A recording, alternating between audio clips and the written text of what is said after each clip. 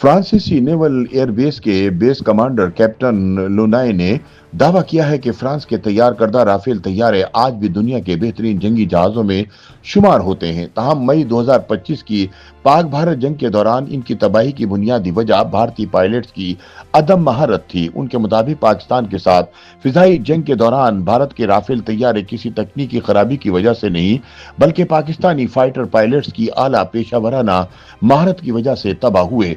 जियो TV के मारूफ anchor person Hamid Mir बताते हैं कि हाल ही में फ्रांस में एक कॉन्फ्रेंस के मौके पर खुसूसी ब्रीफिंग के दौरान राफेल तैयारे के माहिर पायलट और फ्रांसीसी नेवल एयरबेस कमांडर कैप्टन लुनाय ने बताया कि इनकी बेस पर 94 बहरी जंगी जहाज, 10 न्यूक्लियर आबदोजें और 190 फिजाई जंगी तैयारे तैनात हैं, जिनमें 40 राफेल भी शामिल हैं। उन्होंने बताया कि 13 नवंबर 2025 को इन्हीं राफेल में से एक ने फिजा से समंदर में न्यूक्लियर मिसाइल का कामयाब तजर्बा किया था, लेकिन इसमें वारहेड शामिल नहीं था।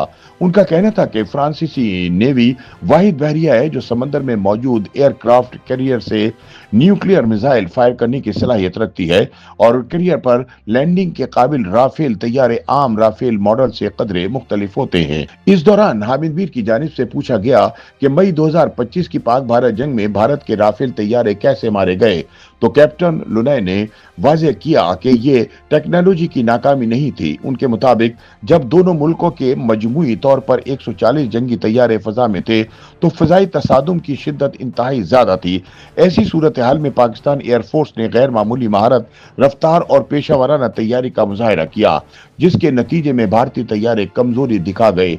उन्होंने कहा कि राफेल की टेक्नोलॉजी आज भी दुनिया के जदीद लड़ाका तैयारों पर बरतरी हासिल कर सकती है। ताहम किसी भी जंग में फैसलाकुन किरदार पायलट की महारत का होता है। कैप्टन लुनाय के ये रिमार्क्स वहां मौजूद एक भारतीय मंदूब को सख्त नागवार गुजरे, जिसने फौरन दावा किया कि भारत का कोई राफेल तैयारा तबाह नहीं हुआ। ताहम फ्रांसीसी कमांडर ने भारतीय एतराज को नजरअंदाज करते हुए पाकिस्तान एयरफोर्स की तारीफ जारी रखी। हामिद मीर ने बताया कि पेरिस में मुनक्किदा कॉन्फ्रेंस में 32 ममालिक के 55 मंदूबीन ने इंडो पैसिफिक खित्ते में मैरीटाइम सिक्योरिटी, दहशतगर्दी, मौसमियाती तब्दीली और डिस इंफॉर्मेशन जैसे मौजूआत पर तबादला ख्याल किया। इस कॉन्फ्रेंस में रूस और चीन को मदऊ नहीं किया गया था।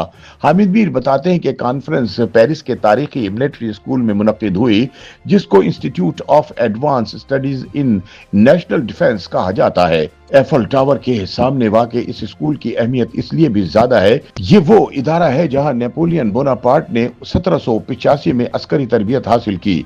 बाद अज़ा वो फ्रांस का हुक्मरान बना तो इसने अपना हेडक्वार्टर भी इसी इमारत में कायम किया।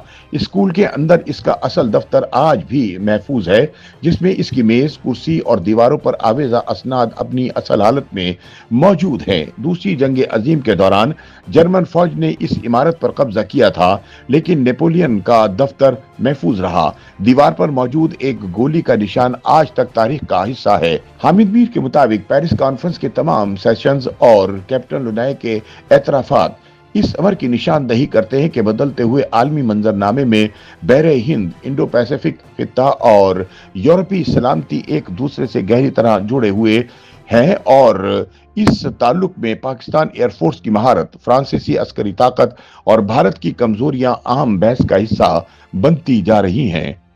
YouTube पर गूगली न्यूज देखने के लिए youtube.com की सर्च बार में गूगली न्यूज टीवी टाइप करें। गूगली न्यूज के पेज पर सुर्ख रंग के सब्सक्रिप्शन वाले बटन पर क्लिक करना ना भूलिए। YouTube पेज पर अपलोड होने वाली वीडियो से बाखबर रहने के लिए बेल आइकन पर क्लिक कीजिए। आपको हर नई वीडियो के बारे में नोटिफिकेशन मौसूल हो जाएगा।